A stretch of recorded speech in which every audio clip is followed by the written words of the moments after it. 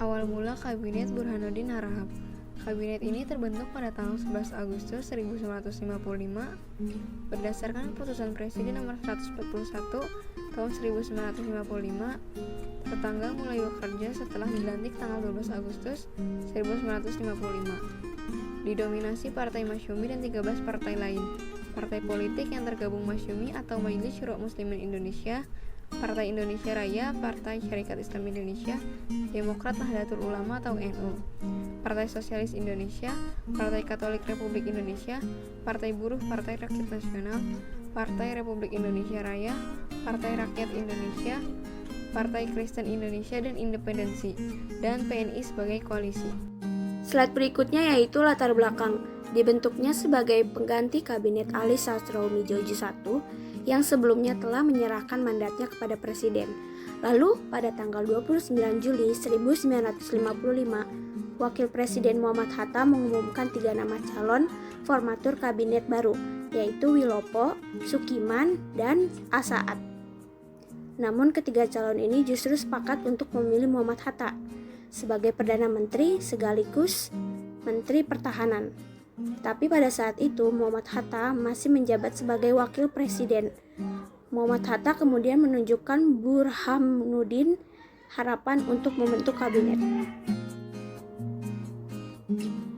Program kerja Kabinet Burhanuddin Harahap ini mempunyai program kabinet, yaitu mengembalikan kewibawaan atau gezak moral pemerintah dan kepercayaan angkatan darat dan masyarakat kepada pemerintah. Yang kedua, melaksanakan pemilihan umum menurut rencana yang sudah ditetapkan dan menyegerakan terbentuknya parlemen baru. Yang ketiga, menyelesaikan perundang-undangan desentralisasi sedapat-dapatnya dalam tahun 1955 ini juga. Yang keempat, menghilangkan faktor-faktor yang menimbulkan inflasi, contohnya memberantas korupsi. Yang kelima, meneruskan perjuangan mengembalikan Irian Barat ke dalam wilayah Republik Indonesia. Dan yang terakhir, memperkembangkan politik kerjasama Afrika dan Asia berdasarkan politik bebas dan aktif menuju perdamaian.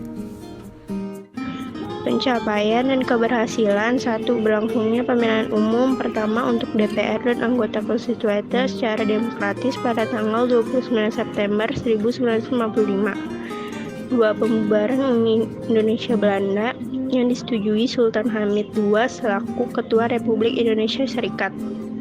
3. Pemberantasan korupsi sehingga puluhan pejabat yang terlibat dalam kasus tersebut banyak ditangkap oleh polisi militer. Terkabulnya tuntutan Aceh untuk jadi provinsi terpisah dari Sumatera bagian utara. 4. Berdirinya USU atau Universitas Sumatera Utara di Aceh dan Sumut sebagai lembaga pendidikan. 5. Berhasil mengembalikan wibawa pemerintah terhadap angkatan darat.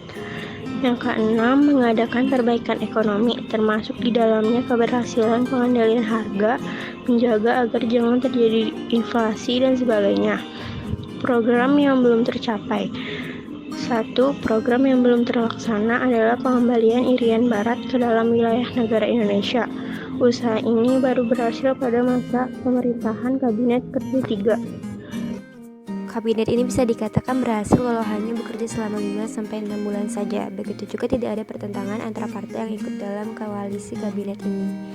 Tidak seperti kabinet-kabinet sebelumnya, sebaliknya kelompok oposisi seperti PNI dan sebagainya tidak terlalu berusaha menjatuhkan kabinet. Tidak ada mosi tidak percaya, kabinet ini dibubarkan karena telah berhasil melaksanakan tugasnya.